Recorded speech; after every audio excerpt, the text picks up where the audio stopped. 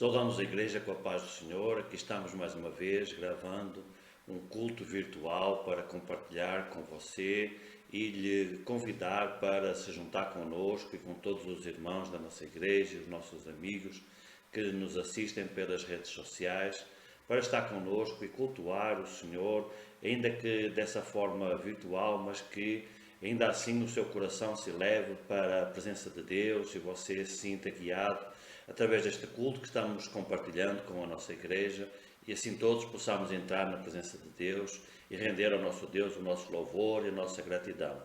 Voltamos a ter a necessidade de fazer este tipo de culto em consequência do agravamento da situação da pandemia no nosso país e no nosso Estado em particular. Estamos obedecendo também às orientações dos nossos governantes, que estão nos recomendando um maior confinamento, de modo a que possamos conter o avanço do vírus e assim proteger a nossa saúde e a saúde dos nossos familiares e dos nossos amigos. Ainda assim podemos nos unir em adoração ao nosso Deus e o cultuar, ainda que desta forma virtual. Então junte-se connosco e sinta-se à vontade para escolher um local na sua casa, onde você possa se concentrar no louvor, na adoração e também em ouvirmos algo da Palavra de Deus. O mais importante é que cada um de nós nunca deixe de cultuar o nosso Deus, nunca deixe de expressar a sua gratidão e a sua adoração ao nosso Pai do céu, ao nosso Senhor Jesus, pela ação e pelo direcionamento do Espírito Santo de Deus. Amém? Então fique conosco, vamos dar continuidade ao nosso culto. Quero lhe convidar agora para fazermos uma oração e pedirmos a bênção do Senhor para o culto que lhe queremos celebrar. Amém? Fique conosco e vamos orar. Nosso Deus, queremos te agradecer pela tua graça, misericórdia e bondade para com a nossa vida. Te agradecemos, Senhor, por mais uma oportunidade que tu nos dás de te poder cultuar, de te poder celebrar nas nossas vidas, de fazer lembrar as nossas vidas, aos nossos corações, a tua presença, Senhor, a tua suficiência, a tua graça, a tua misericórdia, expressar também na tua presença, nosso Pai, a nossa gratidão por uma semana abençoada que tu nos destes, na qual tu nos guardaste, tu nos protegeste, nos abençoaste, tu supriste toda a nossa necessidade. Então, nosso Pai, recebe a nossa gratidão, que saia realmente do fundo dos nossos corações, um verdadeiro sentimento de adoração e de gratidão na tua presença. Te agradecemos pela oportunidade que tu nos dás também de te poder celebrar como igreja, reunidos, ainda que de uma forma virtual, ainda que cada um no seu próprio lar, mas que ainda assim todos juntos possamos estar na tua presença para te adorar e para te cultuar. Recebe, pois, este nosso culto, nosso Deus, como culto racional dos nossos corações e das nossas vidas, rendidos na tua presença. Rogamos também que tu nos venhas guiar, que tu nos venhas direcionar, conforme o que for da tua vontade, para cada um de nós. Recebe a nossa gratidão, nosso Pai, recebe o nosso culto. Esperamos em Ti, em nome de Jesus. Amém. Eu quero agora lhe convidar para louvarmos o Senhor. Escolhemos 2 hinos, 2 louvores conhecidos da nossa Igreja. Então junte-se connosco e cante também no seu coração estes 2 louvores, rendendo também a sua adoração através deles na presença de Deus. Vamos louvar.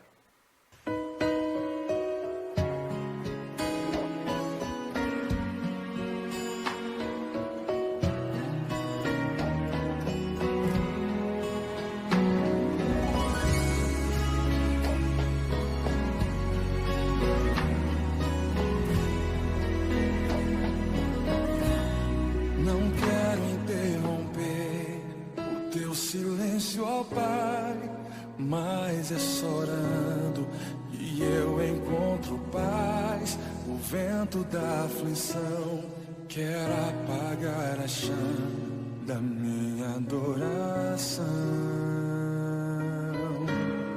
O mundo é um oceano, minha carne é um furacão, minha vida é um barquinho buscando direção. Descansa em minha alma e acalma a tempestade que agita o meu coração. Acalma o meu coração, acalma o meu coração. O vento está soprando, mas é te adorando que venço o mar da aflição. Acalma o meu coração, acalma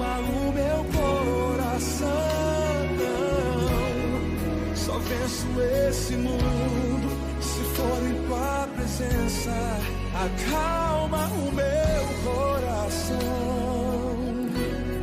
O barulho do mar vem pra me confundir. Ó Pai, não deixe as ondas minha fé diminuir. Perdoa se pensei que em meio ao teu silêncio não estivesse aqui. Viver na sobrevivência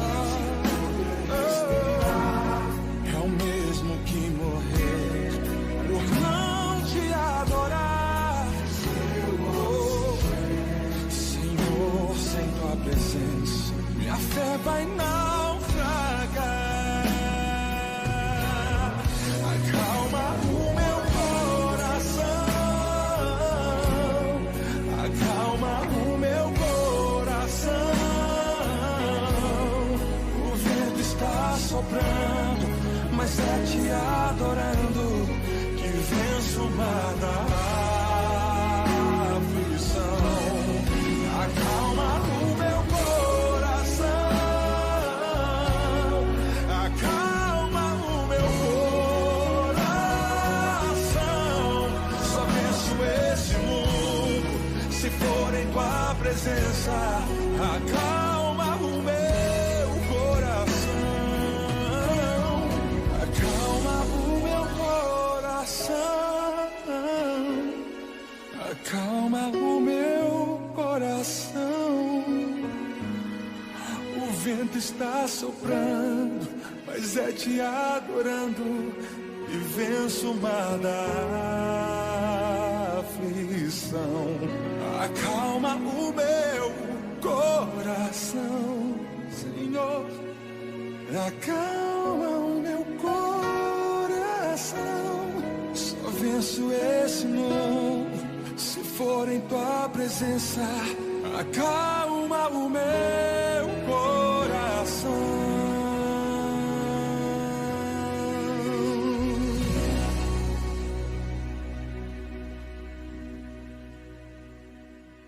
Preparamos um segundo louvor, com o qual queremos continuar neste espírito de adoração e de louvor ao nosso Deus. Continue connosco, rendendo a sua adoração, o seu louvor ao nosso Deus.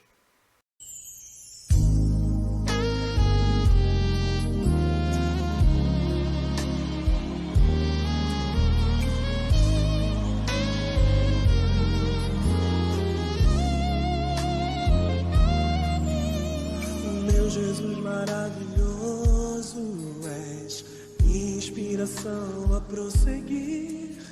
E mesmo quando tudo não vai bem, eu continuo olhando para ti, pois sei que tu tens o melhor pra mim. Há um segredo no teu coração, dá-me forças pra continuar, guardando a promessa em oração. Firme, ó Deus, está o meu coração, firme nas promessas do Senhor. Eu continuo olhando para ti, e assim eu sei que posso prosseguir. E mesmo quando eu chorar, as minhas lágrimas serão para regar a minha fé e consolar meu coração. Pois o que chora aos pés da cruz, clamando em nome de Jesus, alcançará de ti, Senhor, misericórdia, graça e luz.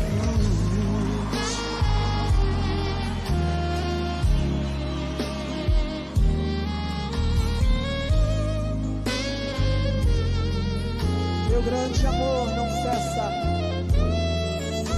teu grande amor não cessa, eterno não tem fim. Quão grande és tu, Senhor, quão grande és pra mim. Tua graça é o meu refúgio, descanso do teu poder. Maravilhoso é, maravilhoso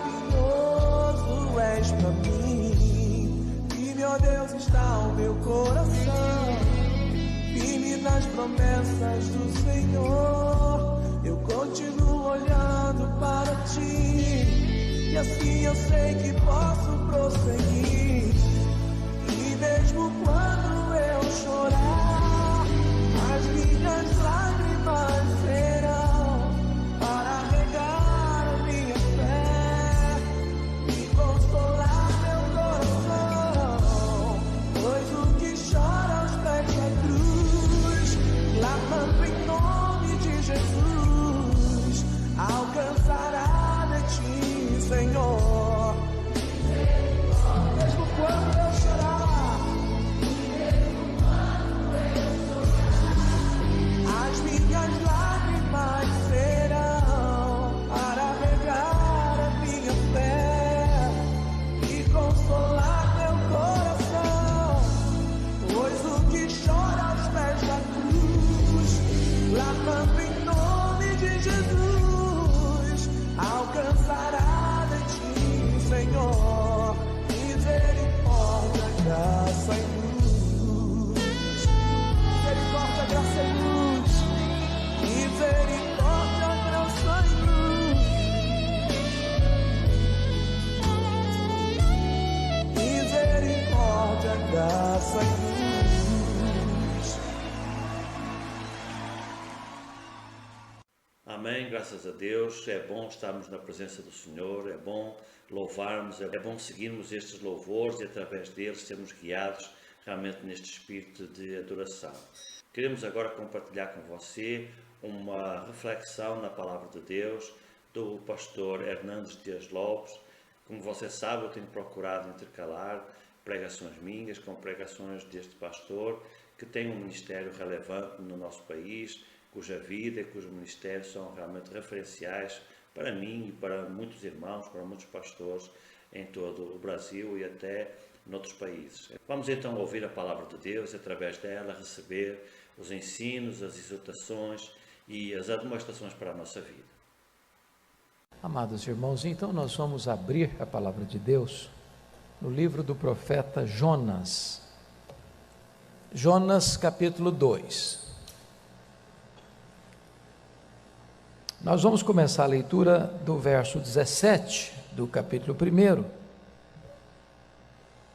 e ler até o versículo 10. Acompanhe, por favor, essa leitura e não feche a sua Bíblia. Eu preciso muito que você acompanhe a exposição com a Bíblia aberta. Deparou o Senhor um grande peixe para que tragasse a Jonas. E esteve Jonas 3 dias e 3 noites no ventre do peixe. Então Jonas, do ventre do peixe, orou ao Senhor seu Deus e disse: Na minha angústia clamei ao Senhor, e ele me respondeu. Do ventre do abismo gritei, e tu me ouviste a voz. Pois me lançaste no profundo, no coração dos mares, e a corrente das águas me cercou. Todas as tuas ondas e as tuas vagas passaram por cima de mim. Então eu disse: lançado estou de diante dos teus olhos. Tornarei porventura a ver o teu santo templo? As águas me cercaram até a alma, o abismo me rodeou, e as algas se enrolaram na minha cabeça. Desci até aos fundamentos dos montes, desci até a terra, cujos ferrolhos se correram sobre mim para sempre. Contudo fizeste subir da sepultura a minha vida, ó Senhor meu Deus. Quando dentro de mim desfalecia minha alma, eu me lembrei do Senhor. E subiu a ti a minha oração no teu santo templo. Os que se entregam à idolatria vã, abandonam aquele que lhes é misericordioso. Mas com a voz do agradecimento eu te oferecerei sacrifício, o que votei pagarei. Ao Senhor pertence a salvação. Falou, pois, o Senhor ao peixe, e este vomitou a Jonas na terra. Eu quero pensar com vocês hoje, irmãos, sobre o desespero humano e o livramento divino. É sabido por todos vocês que Jonas é o primeiro profeta transcultural do Antigo Testamento. Havia profetas como Isaías e Amós que profetizaram também para povos estrangeiros. Mas Jonas é o primeiro profeta chamado por Deus a profetizar especificamente a um povo estrangeiro. Jonas só aparece na Bíblia com o seu nome no Antigo Testamento mais uma vez. É o texto que está registrado em 2 Reis 14, 25. E somos então informados que ele profetizou no período de Jeroboão I, ou Jeroboão II, melhor dizendo, que foi o rei do Reino do Norte que governou mais tempo, 41 anos. Foi o rei do Reino do Norte que foi mais próspero. E somos informados que ele profetiza exatamente a expansão do seu reino. Jonas era de Gat-Hefer. Gat-Hefer era uma pequena vila a 9 quilômetros de Nazaré, lá no norte da Galileia. E diz a Bíblia que Deus então o chama para ir a Nínive e clamar contra ela. Bom, Nínive era a capital do Império Assírio. Nínive na época era a mais poderosa, a maior e mais cruel e sanguinária cidade do mundo. Nínive era uma cidade inexpugnável. Nínive era cercada de fortes, largas e altas muralhas. Para vocês terem uma ideia, as muralhas que cercavam a cidade de Nínive chegavam a quase 30 metros de altura. Eram tão largas que 2 carruagens podiam correr por cima delas. Tinham 1.200 torres, onde ficavam sentinelas. Era uma cidade, na mente dos assírios, impossível de ser conquistada. A Síria era o império mais poderoso da época e muito cruel. Via de regra, quando eles entravam numa cidade para conquistá-la, eles matavam os homens e empilhavam suas cabeças na porta da cidade, para as pessoas saberem, ninguém resiste ao poder da Síria. E agora Jonas é chamado por Deus para ir a Nínive, clamar contra ela. E Jonas desce de Gat-Hefer, perto da cidade de Nazaré, ao porto que ficava em Jope. Hoje Jope é um pequeno bairro da grande Tel Aviv, porto do mar Mediterrâneo. E ele então encontra um navio que está indo para Tarsis. Ora, Tarsis era o oposto de Nínive. Nínive ficava no oriente, Tarsis no ocidente. Tarsis ficava na época próxima da região da Espanha, era o último lugar conhecido na época. E por que ele vai? Por que ele foge de Deus? Por que ele tenta fugir de Deus? É porque ele foi governado por algumas ideias. Primeiro, é que ele achava que o evangelho, as boas novas, ou melhor, a salvação, era destinada ao seu povo. Na cabeça dele, os estrangeiros eram combustível do fogo do inferno, e ele levar uma mensagem que pudesse desembocar na salvação desse povo, para ele afrontava o seu pensamento.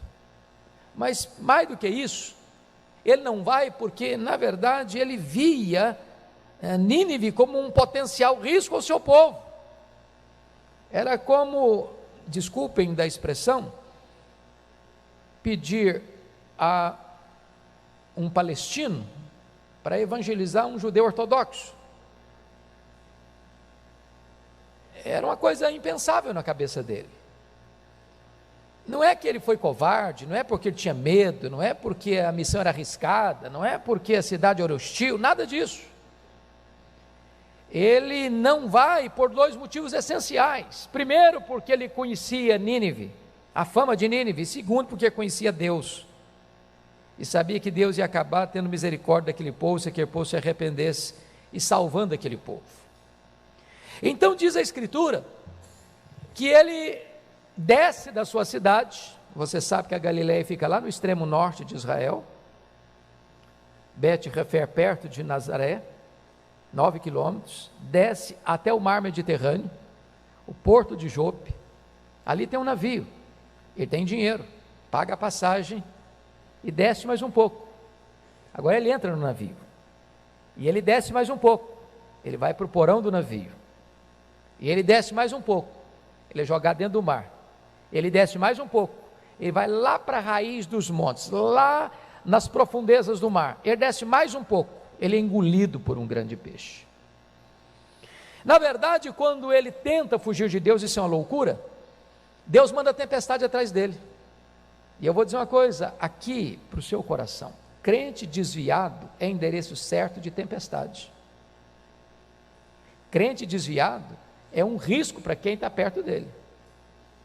Então, se você está fugindo de Deus, Deus vai enquadrar você. Se você está fugindo de Deus, Deus vai encurralar você. Se você está fugindo de Deus, Deus vai mandar a tempestade atrás de você. Não é para destruir você, é para botar você no caminho de volta.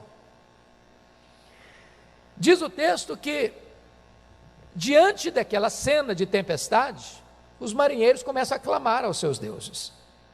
Jonas está lá no porão dormindo, num sono de fuga. E eles lançam sortes, desculpem da expressão, mas o azar caiu em Jonas. E chegam para eles: o que está acontecendo? Quem é você? De que povo é você? O que você faz na vida? E diz o texto que Jonas responde essas 4 perguntas: que ocupação é a tua? De onde vens? Qual a tua terra? De que povo és tu? Ele responde assim: sou hebreu, temo ao Senhor, o Deus do céu, que fez o mar e a terra. Ele não diz qual era a profissão dele, não, qual a ocupação dele, não. Ele omite isso. Mas é curioso que, ao dar a resposta, ele reafirma a sua fé, diríamos hoje, ortodoxa. Ele não é um herege, ele não é um pagão, ele é um homem de Deus, ele é um profeta. E ele diz: olha, eu sou hebreu, e tem mais, eu temo ao Senhor. E ele define quem é o seu Senhor: é o Deus do céu, que fez o mar e a terra. E aqui nós encontramos um Jonas muito complicado, porque a profissão de fé dele está correta, mas a postura dele está errada. A doutrina dele está certa, mas a atitude dele não está certa. Diríamos hoje que Jonas era um ortodoxo de cabeça e um herege de conduta. Ele diz que teme a Deus, mas desafia a Deus. Ele teme a Deus, mas desobedece a Deus. Ele teme a Deus, mas tenta fugir de Deus. Ele crê na soberania de Deus, mas ele não se rende à vontade de Deus. Ele está pronto a morrer, mas não está pronto a obedecer. Ele tem consciência que o problema da tempestade era por causa dele. Ele diz isso claramente. Ele reconhece que a tempestade não era um fenômeno natural, mas que ele era o causador da tempestade. Mas mesmo assim ele não ora, mesmo assim ele não se humilha, mesmo assim ele não se quebranta. Então Deus dá um tratamento radical para ele. Notem vocês que no versículo 12 ele responde assim para os marinheiros: tomai-me e lançai-me ao mar, e o mar se aquietará, porque eu sei que por minha causa vos sobreveio essa grande tempestade. Então é um crente convicto do seu pecado, ele reconhece o seu pecado, mas uma coisa ele não faz: ele não se arrepende. Ele está pronto a morrer, mas não está pronto a obedecer. E então ele é lançado ao mar, pensando que era o fim, e ia morrer mesmo, ia morrer. Pensa você, se o navio está pronto a naufragar e um homem jogado naquela tempestade toda. Mas, na verdade, o mar não seria sua sepultura, o mar tempestuoso seria o começo da sua disciplina, da sua restauração. E Deus envia um peixe para engoli-lo. E agora esse homem, diríamos hoje, de uma forma até descontrair um pouco, o primeiro homem a andar de submarino na história, né? E eu imagino o que deveria ser ficar dentro de um peixe. O cheiro não devia ser agradável. A oxigenação talvez não fosse boa. Ele chega a dizer que ele estava numa espécie de sepultura, uma espécie de sepultura, ele diz no versículo 6, contudo fizeste subir da sepultura minha vida. Ele estava sepultado vivo, dentro de um peixe, e nesse momento esse homem resolve orar. Então, é sobre a oração dele que eu quero conversar com vocês hoje, e tirar daqui 10 lições, pode ficar tranquilos que não vai demorar não, mas são 10 lições. Quais são essas lições? Quais são essas lições? Primeira lição, a nossa angústia pode levar-nos à presença de Deus. Veja comigo o versículo 1, por favor. Então Jonas do ventre do peixe orou ao Senhor seu Deus. Preste atenção na palavrinha de ligação, então. Jonas não ora quando Deus o chama. Jonas não ora quando ele sai de Bate-Refer.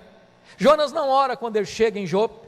Jonas não ora quando compra passagem para se afastar de Deus. Jonas não ora quando entra no navio. Jonas não ora quando vai para o porão do navio. Jonas não ora quando ele é descoberto como responsável da tempestade. Jonas não ora quando ele é lançado no mar, mas quando ele foi engolido pelo peixe, sepultado vivo, aí ele ora. O que significa isso para você e para mim? Tem hora, irmãos, que Deus nos enquadra, tem hora que Deus nos entrincheira, tem hora que Deus nos encurrala, tem hora que Deus nos bota num beco sem saída de angústia. Sabe para quê? Para você se curvar, para você orar. Nada leva o homem mais perto de Deus do que o homem que está passando por uma angústia. Aí você ora, aí você grita por socorro. E foi o que Jonas fez. Foi o que Jonas fez. Você está passando por uma angústia? É hora de você orar. Deus está enquadrando você, encurralando você, é hora de você orar. De você buscar a Deus. Segundo ponto, não apenas a sua oração nasceu do ventre da aflição, mas o segundo ponto é que o nosso grito de angústia encontra sempre os ouvidos abertos de Deus. Olha o versículo 2 comigo. E disse: na minha angústia clamei ao Senhor e Ele me respondeu, do ventre do abismo gritei e Tu me ouviste a voz. Oh meus irmãos, que coisa maravilhosa! É que quando você está aflito, angustiado, apertado, encurralado por circunstâncias carrancudas, sofrendo os reveses da sua desobediência, sendo tratado por Deus, pela disciplina de Deus, e você mesmo nessa situação grita por socorro, Deus vem ao seu encontro, Deus escuta a sua voz, Deus providencia livramento para você. O que está escrito no Salmo 50:15? Invoca-me no dia da angústia, eu te livrarei e tu me glorificarás. Há uma ordem de Deus: invoca-me no dia da angústia. Há uma promessa de Deus: eu te livrarei. E há um resultado glorioso: e tu me glorificarás. Então pode ter certeza de uma coisa: se agora você está passando uma luta, uma prova, ore a Deus, e Deus vai escutar a sua oração. Como escutou a oração de Jonas, como escutou a oração de Abraão, como escutou a oração de Moisés, como escutou a oração de Ezequias, como escutou a oração da igreja em momentos amargos. Deus escuta a voz do aflito e responde. Terceira lição: a disciplina de Deus é uma prova do seu amor por nós. Olha o verso 3 comigo, por favor. Pois me lançaste no profundo, no coração dos mares, e a corrente das águas me cercou, todas as tuas ondas e as tuas vagas passaram por cima de mim. Preste atenção nisso. Quem jogou Jonas no mar? Olha comigo, capítulo 1, versículo 15. E levantaram a Jonas e o lançaram ao mar, e cessou o mar a sua fúria. O braço, ou os braços que jogaram Jonas no mar, foram os braços dos marinheiros. Mas quando ele vai fazer uma análise e interpretação teológica do fato, ele vai dizer no verso 3: pois tu me lançaste no profundo, no coração dos mares. Estão entendendo isso, irmãos? Quem disciplina Jonas é Deus. Então saiba disso, meu amado irmão, que a disciplina de Deus é um ato de amor de Deus por você. O peixe não foi um castigo para Jonas, foi um livramento para Jonas. Às vezes Deus nos faz experimentar isso. Se você está desobedecendo, se Deus fala e você não escuta, se Deus dá sinais e você não lê as placas, se Deus está dando uma direção, você pega outra direção, chega um momento em que Deus lança você na tempestade. Ele entendeu isso. Não foi a tempestade casualmente, não foram os marinheiros que jogaram lá, embora fisicamente, historicamente foram os marinheiros, mas ele entende uma coisa: os marinheiros só foram os instrumentos de Deus. Quem me jogou dentro desse mar foi o próprio Deus, para me disciplinar, para me humilhar, para me quebrantar. A disciplina é a prova do amor de Deus por mim. Ele olhou para aquele cenário da tempestade e disse: pode ficar tranquilos, eu sou o culpado. Essa tempestade veio por minha causa. Me joga no mar e a tempestade acaba. Ele está entendendo que Deus está tratando com ele. E sabe, irmãos, a Bíblia diz que aquele que muitas vezes escuta Deus e não se dobra, não se rende, não se humilha, não curva a sua cerviz, é quebrado repentinamente, sem que haja cura. Se Deus está disciplinando você, agradeça a Deus. Isso é prova de amor. Quarta lição: a maior tragédia do nosso pecado é nos afastar da presença de Deus. Olha o verso 4 comigo. Então eu disse: lançado estou de diante dos teus olhos, tornarei porventura a ver o teu santo templo. Irmãos, olha que coisa interessante. O que Jonas estava tentando fazer? Fugir de Deus. Aí Deus diz o seguinte: pois eu vou dar para você um pouquinho daquilo que você está querendo. Você quer afastar-se de mim? Você vai sentir na pele o que é isso. Não tem maior juízo de Deus para você e para mim do que Deus dá para você e para mim o que nós queremos na nossa rebeldia.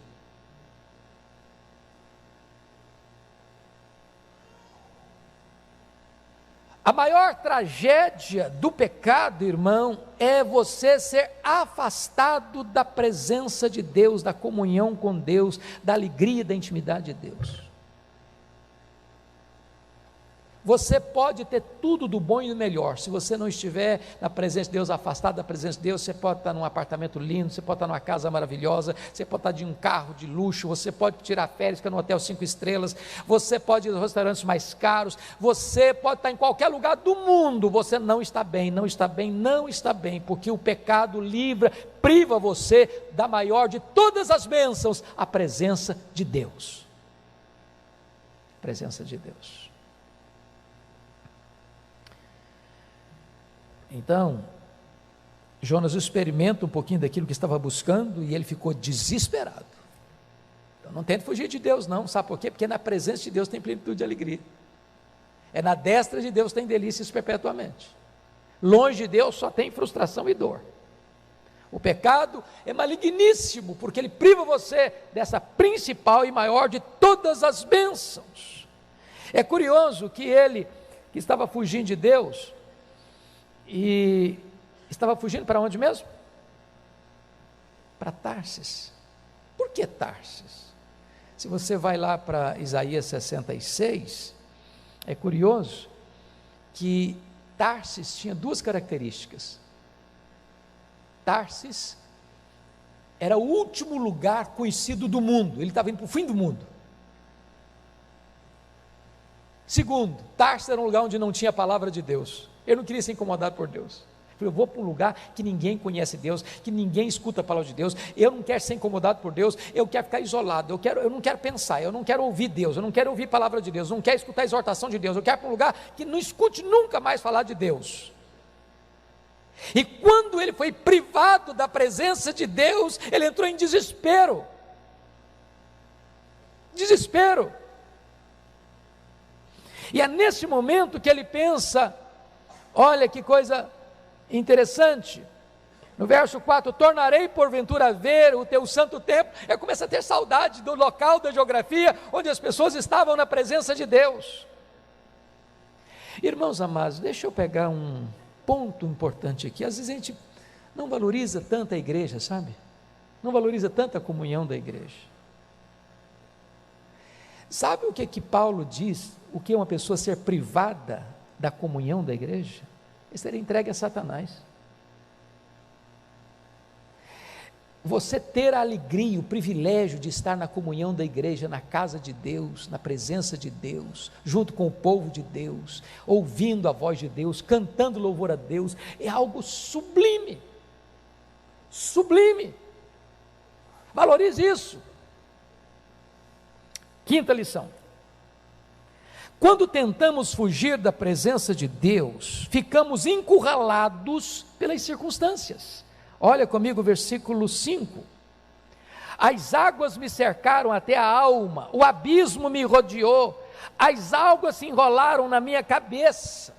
Esse homem está fazendo uma descrição aqui, o seguinte, que Deus o apanhou, que Deus o enquadrou, que Deus o emparedou, que Deus o cercou de todos os lados, e ele que tentava fugir de Deus, está encurralado por Deus. Preste atenção nisso. Se você é filho de Deus, está numa rota de desobediência, se você está fugindo e pegando navio para Tarsis, Deus vai encurralar você, vai encurralar você. Não é porque Deus é sádico, não, é porque Deus ama você, e é melhor você ser encurralado por Deus do que perecer. Porque, pense comigo, irmãos, a loucura que é tentar fugir da presença de Deus. Um quarto escuro esconde você da presença de Deus? Um lugar longe, que ninguém conhece você, seu incógnito no meio da massa, esconde você de Deus? Você trancou a porta para ninguém ver, esconde você de Deus?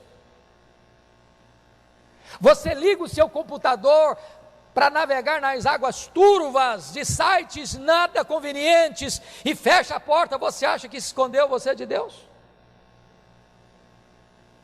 Cuidado, que isso é tolice.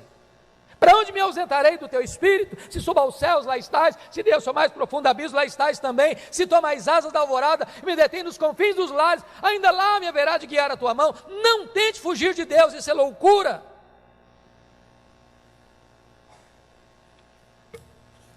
Sexta lição: o caminho da desobediência sempre nos conduzirá por abismos mais profundos.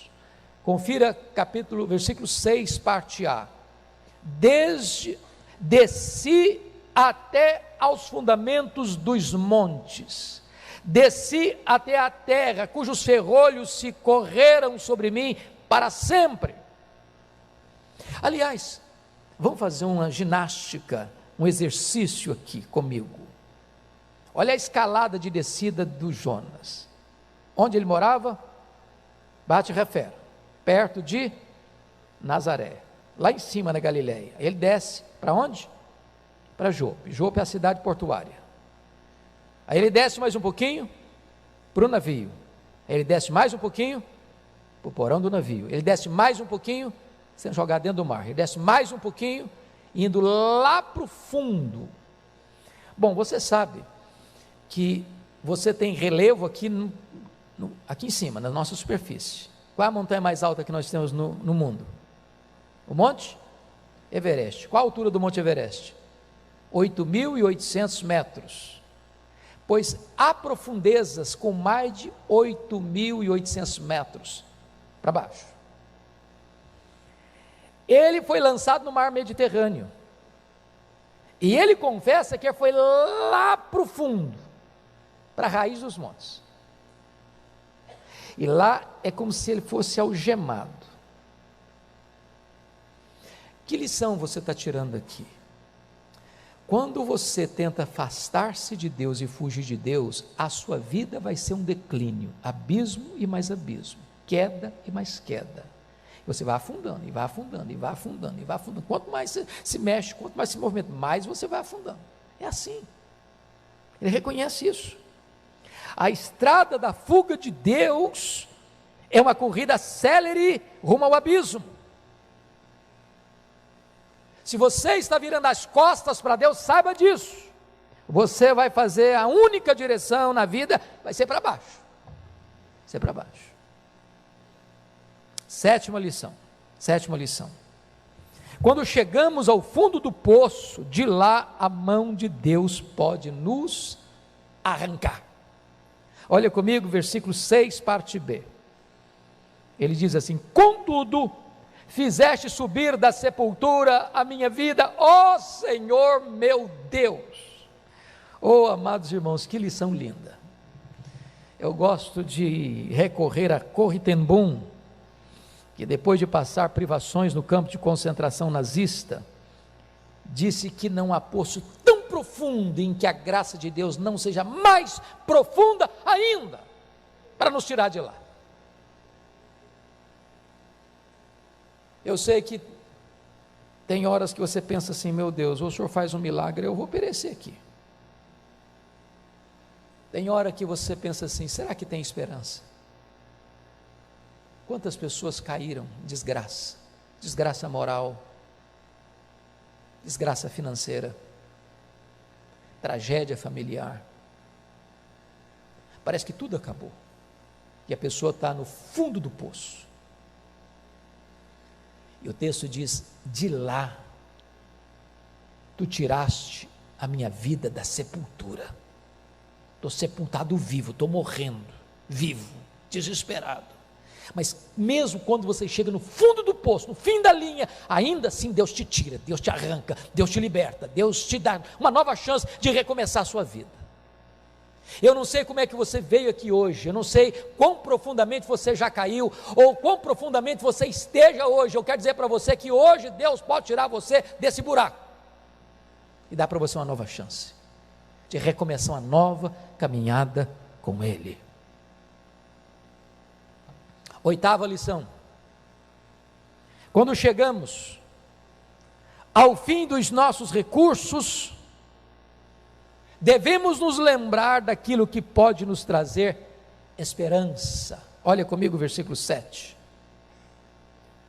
Quando dentro de mim desfalecia a minha alma, o que aconteceu? Eu me lembrei do Senhor, e subiu a ti a minha oração no teu santo templo. Oh, irmãos amados, essa expressão é preciosíssima. A minha alma está desfalecendo, eu estou derretendo, estou desidratando, estou sendo consumido. É a angústia, é o medo, é a ausência da presença de Deus, é o mundo desabando sobre a minha cabeça, é eu colhendo os resultados terríveis da minha desobediência, e eu estou lá desesperado, arruinado, quebrado, machucado, ferido, perto da morte. E nessa hora eu me lembro do Senhor, e eu clamo a Ele, e Ele estende a mão para mim. Essa é a linguagem do Salmo 73, quando Asaf está quase caindo, a olhar para a janela e ver a prosperidade do ímpio, e desejar a situação do ímpio. Essa é a situação de Isaías, ao entrar na casa de Deus, num momento de luto nacional, e ele vê o Senhor, e ele vê a glória do Senhor, e o Senhor o perdoa e o restaura. Essa é a linguagem do rei Ezequias, no Salmo 116, quando ele está encurralado por laços de morte, angústias do inferno se apoderando dele, caído em tribulação e tristeza. Então eu invoquei o nome do Senhor: ó Senhor, livra minha alma. E Deus estende a mão para ele, e quebra as suas algemas, e livra a sua alma da morte, e livra os seus olhos das lágrimas, e livra os seus pés da queda. É hora de você pensar o seguinte: o que é que eu posso trazer à memória hoje para me dar esperança? Como disse o profeta Isaías, ao ver a ruína da sua cidade, e precisou de buscar em Deus motivos para ter esperança. Nona lição: devemos saber que toda forma de idolatria é uma atitude tola e ingrata. Olha comigo o versículo 8. Os que se entregam à idolatria vã, abandonam aquele que lhes é misericordioso. Vamos entender isso aqui, irmãos. Jonas tinha pelo menos 2 ídolos no seu coração. Primeiro, a sua ideologia patriótica. Ele disse assim: eu ir lá em Nínive, pregar para aquele povo cruel, aquele povo sanguinário, aquele povo que mata, aquele povo que é violento, aquele povo que pode ser o potencial inimigo de Israel, vou nada. Preservar aquele povo é preservar a nossa angústia, é um risco no futuro, é melhor que eles morram mesmo, é melhor que vá todo mundo para o inferno mesmo, prefiro isso. É aquele homem que pensa o seguinte: eu sou salvo, que os outros se danem. Mas o segundo ídolo do coração desse homem talvez fosse a sua elevada reputação, porque ele vai lá em Nínive e prega: dentro de 40 dias Nínive será subvertida. Aí torna a repetir o sermão: dentro de 40 dias Nínive será subvertida. Aí vai na quadra seguinte: dentro de 40 dias Nínive será subvertida. E ele vai para o bairro seguinte: dentro de 40 dias Nínive será subvertida. A cidade era 3 dias de caminhada, ele fez num dia. O que é que ele pregou? Juízo. O que é que aconteceu? Graça. O povo se arrepende, o povo crê, o povo se volta para Deus, e ele fica desesperado com isso, e reclama de Deus no capítulo 4, versículo 2, e orou ao Senhor e disse: ah, Senhor, não foi isso que eu disse estando ainda na minha terra? Por isso me adiantei, fugindo para Tarsis, pois sabia que és Deus clemente, misericordioso e tardio em irar-se, e grande benignidade, e se arrepende do mal. O Senhor tem o coração mole demais. Então esse homem está compreendendo que você ficar agarrado a ídolos é uma tolice, é apartar-se daquele que é misericordioso. E sabe, irmãos, às vezes nós evangélicos achamos que ídolo é só uma imagem de escultura. Tem outros ídolos. O dinheiro é um ídolo. Aliás, Jesus chamou riqueza de mamon, de Deus, de Senhor.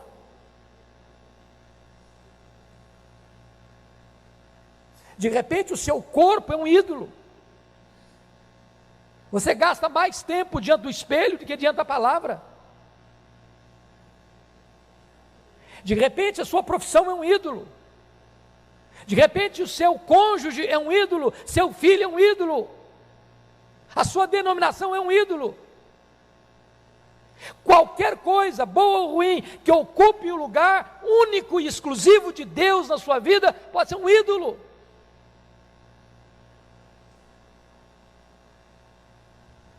Idolatria é coisa vã, porque é abandonar aquele que é misericordioso. Mas finalmente, em último lugar, décima lição, devemos saber que só encontramos o verdadeiro sentido da vida quando nos voltamos para Deus. Por favor, leia comigo em voz alta os versos 9 e 10, toda a igreja, por gentileza. Mas, com voz do agradecimento, eu te oferecerei sacrifício, o que votei, pagarei. Ao Senhor pertence a salvação. Falou, pois, o Senhor ao peixe, e este vomitou a Jonas na terra. Irmãos amados, este homem, se você percebeu, essa oração é uma oração muito mais de gratidão do que de súplicas, pelo livramento de Deus. E ele não pode encerrar esse momento a não ser com voz de agradecimento, oferecendo sacrifício a Deus, cumprindo o seu voto que fizera a Deus. E ele reconhece algo lindo: a salvação pertence ao Senhor. Jonas foi salvo porque era um camarada bom? Não. Apesar dele, Deus o salvou. Salvação é de Deus. Deus salva o judeu, Deus salva o assírio. Deus salva um e salva o outro. É da soberania dele, é a graça dele, é o amor dele. É ele quem administra isso. Ele reconhece agora, ele não pode sonegar aquilo que pertence a Deus. Ele é um profeta, e Deus mandou profetizar, ele tem que profetizar. Ele não pode escolher para quem ele quer pregar, ele não pode escolher aonde ele quer pregar. É Deus quem manda, é Deus quem administra, é Deus quem é o Senhor do obreiro e da obra, é Deus que é o Senhor da mensagem e do ouvinte da mensagem. A salvação pertence a Deus. Então, diz o texto, versículo 10, falou, pois, o Senhor ao peixe, e o peixe obedeceu. Deus tinha falado para Jonas, e Jonas tinha desobedecido. O peixe aqui é mais obediente que o profeta. O peixe obedece. E vomita Jonas onde? Na terra. A Bíblia não diz onde foi. Mas sabe o que significa isso? Eu termino aqui. Deus está dizendo para ele: estou te dando uma nova chance. Vamos recomeçar. Uma nova oportunidade para você. O nosso Deus é o Deus da segunda oportunidade. Talvez você esteja aqui hoje, depois de uma queda, depois de um deslize, depois de uma crise. Talvez você tenha pegado navios para Tarsis. Você é crente, está fugindo de Deus. Você é crente, está desigrejado. Você é crente, mas está vivendo isolado. Hoje Deus quer levantar você. Hoje Deus quer restaurar você. Hoje Deus quer dar uma nova chance para você. Que Deus nos abençoe. Amém. Graças a Deus por esta palavra abençoada que podemos receber neste dia, que realmente tenha sido uma palavra que tenha falado ao seu coração, que tenha havido algo ali nessa palavra que realmente tenha tocado a sua vida e você tenha recebido verdadeiro ensino, verdadeira instrução para a sua vida. Quero agora lhe convidar para fazermos uma oração final e encerrarmos assim o nosso culto, e através desta oração também pedimos a bênção e a direção de Deus para a nossa vida e para esta semana que hoje se inicia. Vamos orar.